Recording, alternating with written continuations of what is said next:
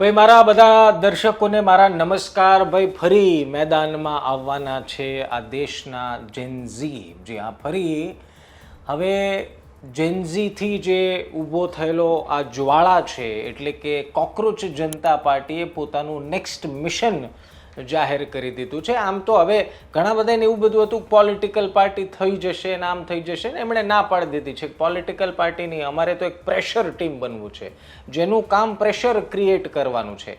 હવે આ નવું મિશન શું છે, ક્યાં થવાનું છે, કોણ કોણ એમાં જોડાઈ શકે છે અને કઈ તારીખે થવાનું છે, બધી માહિતી આપી દઉં. પરંતુ આ ઇમ્પોર્ટન્ટ એટલા માટે છે કારણ કે જંતર મંતરમાં જે થયું અને છેલ્લા આ સરકારમાં જે પહેલી વખત થયું એટલે કે કોઈ મંત્રીએ રાજીનામું આપવું પડ્યું, એ પછી હવે બધાની નજર એ છે કે ભાઈ હવે સીજેપી શું કરવાનું છે, એટલે કે હવે આ દેશના જેનઝી ક્યાં મોરચો માંડવાના છે. તો સરળ ભાષામાં સરસ રીતે ડિટેલમાં કહીશ. પહેલાં કહી દઉં, તમે નિષ્કર્ષ જોઈ રહ્યા છો. મારું નામ નિશિત હરાજોગુરુ છે.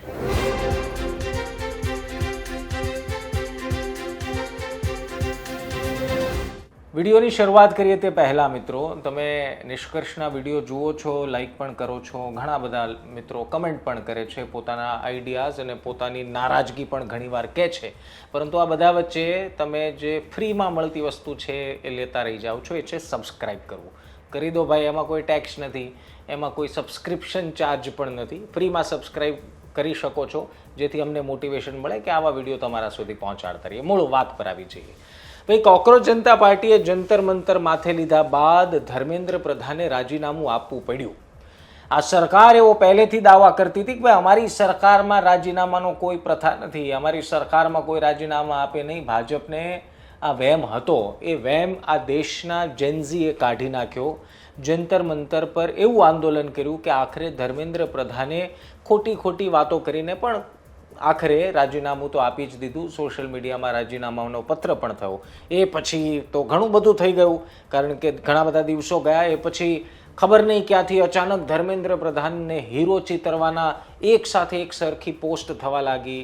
ઘણા બધા પ્રયાસ થયા, એ વાળવાના પ્રયાસ થયા કે ભાઈ ધર્મેન્દ્ર પ્રધાન તો બહુ સારા નેતા છે ને આન તેન, પરંતુ આખરે જીત છે. હવે બધાની નજર એ હતી કે ભાઈ કોકરોચ જનતા પાર્ટી હવે શું કરશે. શું આ નીટ પૂરતું જ આંદોલન હતું, હવે કોકરોચ જનતા પાર્ટી વિખેરાઈ જશે? તો આજે અભિજીત દીપકે અને એમની ટીમ એક પ્રેસ કોન્ફરન્સ કરી અને કેટલીક મહત્વપૂર્ણ જાહેરાત કરી. આ જાહેરાતમાં હવે એમનું પછીનું સ્ટેપ શું છે એની સૌથી પહેલાં જાહેરાત કહી દઉં. એમણે નામ આપ્યું છે ક્યા બોલતી પબ્લિક. હવે આમ તો આ એક સ્લેંગ વર્ડ છે જે જેનઝીમાં ખૂબ પ્રખ્યાત છે, તમે સોંગ્સમાં, મૂવીઝમાં ઘણી બધી જગ્યાએ સાંભળ્યો છે, પરંતુ એ જ એમના મિશનનું નામ છે અને એનો અર્થ એ છે કે ભાઈ લોકોની વાત સાંભળવાની. હવે સીજેપીએ નક્કી કર્યું છે કે સમગ્ર દેશમાં એ લોકો પરિભ્રમણ કરશે અને લોકો સાથે મળશે, લોકો સાથે વાતચીત કરશે અને એમની પાસેથી મુદ્દા લેશે, એમની પાસેથી ઇશ્યુઝ લેશે કે કયા વિષય પર કામ કરવાની જરૂર છે. હવે આ સાથોસાથ સીજેપીએ જાહેરાત કરી દીધી છે કે ભાઈ અમારો પહેલો ટાર્ગેટ તો એજ્યુકેશન છે. એટલે નીટમાં સફળતા મળ્યા પછી કોકરોચ જનતા પાર્ટીને એ છે કે આપને સફળતા ઉપર સફળતા મળી જવાની છે. એટલે હવે એજ્યુકેશન પર એમણે ફોકસ વધાર્યું છે. અને એજ્યુકેશનમાં શું, તો એમનો એક સિમ્પલ એજન્ડા એ છે કે શિક્ષણ મોંઘું થઈ ગયું છે. સામાન્ય ગરીબ ઘરના છોકરાને અથવા તો દીકરીને કે દીકરાને કંઈ સારું એજ્યુકેશન જોતું હોય તો એફોર્ડેબલ નથી, એટલે કે એ પરવડે એવું તો રહ્યું જ નથી. ને એ વાત સાચી પણ છે. ક્યાંક લાખ રૂપિયા, ક્યાંક 2 લાખ રૂપિયા, ક્યાંક 2.5 લાખ રૂપિયા એ ફીઝનું સ્ટ્રક્ચર હોય, ઇન્ફ્રાસ્ટ્રક્ચરની વાત હોય, તો એના પર કોકરોચ જનતા પાર્ટી ફોકસ કરીને સમગ્ર દેશમાં અલગ અલગ રાજ્યોમાં એ મુલાકાત લેવાના છે, લોકોને મળવાના છે અને એના ઉપરથી એક એજન્ડા તૈયાર કરશે. આ સાથોસાથ કોકરોચ જનતા પાર્ટીએ પોતાની ઓફિશિયલ ટીમની પણ જાહેરાત કરી દીધી કે ભાઈ લીગલ ટીમ કોણ સંભાળશે, મીડિયા કોણ સંભાળશે, ફલાણું કોણ સંભાળશે, ફિનાન્સ કોણ સંભાળશે. અને કોઈ પણ ઓર્ગેનાઇઝેશનમાં આ પ્રકારના હોદ્દાઓ અથવા તો આ પ્રકારની જવાબદારી જરૂરી છે. કારણ કે સૌરભ દાસ કે પછી અભિજીત, એમના જે સ્પોક પર્સન છે અભિજીત દીપકે, આ 3-4 જણા મળીને કંઈ આટલું મોટું ઓર્ગેનાઇઝેશન ચલાવી શકે નહીં. એટલે જવાબદારી એ વહેંચી લીધી છે અને ઓફિશિયલ ટીમની જાહેરાત થઈ ગઈ છે. સાથોસાથ એમણે ત્રીજી વાત એ કરી છે કે અમે એક ઓફિશિયલ હવે મેમ્બરશિપ માટેની એક લિંક જાહેર કરી છે. ફ્રી મેમ્બરશિપ છે, એટલે ખાલી એક લિંક જાહેર કરી છે, QR કોડ સ્કેન કરો ને એમાં જોડાઈ જાઓ, એવા પ્રકારની એમણે જાહેરાત કરી છે. ચોથી વાત આ પ્રેસ કોન્ફરન્સમાં ઇમ્પોર્ટન્ટ એમણે એ કરી છે કે જો કોઈ પણ વ્યક્તિ, કોઈ પણ જેનઝી, કોઈ પણ ઓર્ગેનાઇઝેશન, કોઈ પણ સંસ્થા કોકરોચ જનતા પાર્ટીના નામે કોઈ ફંડ માંગતી હોય તો એ વાત ખોટી છે.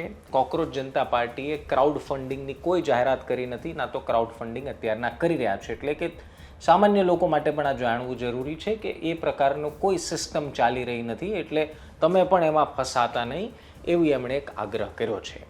પાંચમી સૌથી ઇમ્પોર્ટન્ટ વાત એમણે એ કરી કે એજ્યુકેશન સિવાય એમના ધ્યાનમાં કેટલાક મુદ્દાઓ છે, જેમ કે ઇલેક્શન કમિશનની એમણે કેટલીક વાત કરી, સાથોસાથ દેશમાં પોલિટિકલ કેવી રીતના એજન્ડા ચાલે છે એમની પણ એમને વાત કરી. એટલે એ બધા પર પણ ધીરે ધીરે એ આવવાના છે. કહેવાનો ભાવાર્થ CJP હવે એક સિસ્ટમેટિક વેમાં આગળ વધવાના પ્રયાસમાં છે અને એની માટે એમણે પ્લાન્સ બનાવ્યા છે અને પ્લાનના ભાગરૂપે ધીરે ધીરે હવે આગળ વધશે. હવે એ તો જો કે સમય બતાવશે કે જંતર મંતરમાં જે આંદોલન થયું ને સફળતા જે એમને મળી, શું એવી જ રીતે આ દેશનો જેનઝી વર્ગ, આ દેશના યુવાનો યુવતીઓ શું એમને બાકીના વિષયોમાં પણ સપોર્ટ કરે છે. એક વિષય જંતર મંતરના આંદોલન વખતે પણ ઉઠ્યો, એ હતો રિઝર્વેશન હટાવો આંદોલન. એક એવું પણ પેજ બન્યું છે, ના એના ઉપર એમણે કોઈ કમેન્ટ કરી છે, ના એના ઉપર કોઈ ચર્ચા કરવા તૈયાર છે. હવે રિઝર્વેશન એક એવો જટિલ વિષય થઈ ગયો છે કે આ દેશમાં કે એની ઉપર ખુલ્લીને ચર્ચા ક્યારેય કોઈ કરવા તૈયાર થતું નથી, કારણ કે એમના રાજકીય ફાયદા અને સાથોસાથ સામાજિક નુકસાની પણ છે. ખેર, કહેવાનો ભાવાર્થ એ છે કે કોકરોચ જનતા પાર્ટી હવે જંતર મંતરની સફળતા બાદ સપ્ટેમ્બર મહિનામાં ક્યાં બોલતી પબ્લિક નામથી એક મુહિમ શરૂ કરવાની છે. એ મુહિમના ભાગરૂપે અલગ અલગ રાજ્યોમાં જશે, લોકોને મળશે, વિદ્યાર્થીઓને મળશે, મુદ્દાઓ એકત્ર કરશે અને ત્યારબાદ એ આગળનો કાર્યક્રમ કહેશે. જો કે આજની પ્રેસ કોન્ફરન્સમાં એમના એજન્ડા અને પ્લાન ભલે કહેતા પોલિટિકલ પાર્ટી નથી, પરંતુ લગભગ પોલિટિકલ પાર્ટી જેવા જ પ્લાન હોય એવું લાગી રહ્યું હતું. પરંતુ ખેર, એ ઓફિશિયલી તો પોલિટિકલ પાર્ટી નથી. હવે આ દરમિયાન ઘણા બધા એમના પર આરોપ ને પ્રત્યારોપ થયા. ખેર, એમાં પડવા કરતાં મૂળ વિષય પર કેન્દ્રિત રહીએ કે આ કાર્યક્રમ છે સપ્ટેમ્બર મહિનામાં થવાનો છે, એટલે કે ઓગસ્ટ આખો જવા દેવાનો છે, સપ્ટેમ્બરમાં શરૂઆત થશે ને અપડેટ પણ આપને આપીશું. હવે કોકરોચ જનતા પાર્ટીના પ્લાન વિશે, જંતર મંતરના આંદોલન વિશે અને એક પ્રેશર ટીમ ઊભી કરવાની વાત વિશે તમારું શું માનવું છે? શું આ દેશને હકીકતમાં જરૂર છે? કારણ કે એમને તો સ્પષ્ટ કહ્યું કે ભાઈ પોલિટિકલ આઈડિયોલોજીથી ઉપર ઉઠીને એક ટીમ થવાની જરૂર છે કે જે જનતાના મુદ્દા પર વાત કરે. તો તમારું શું માનવું છે કે એવું થશે અથવા તો થવું જોઈએ? કમેન્ટ કરવાનું ભૂલતા નહીં. કમેન્ટ કર્યા વગર પાછા જતા નહીં જો અહીંયા સુધી પહોંચી ગયા છે તો, કારણ કે ઘણા બધા પાછી હારી કમેન્ટ કરે એવું જરૂરી નથી, હું એવી અપેક્ષાય નથી રાખતો.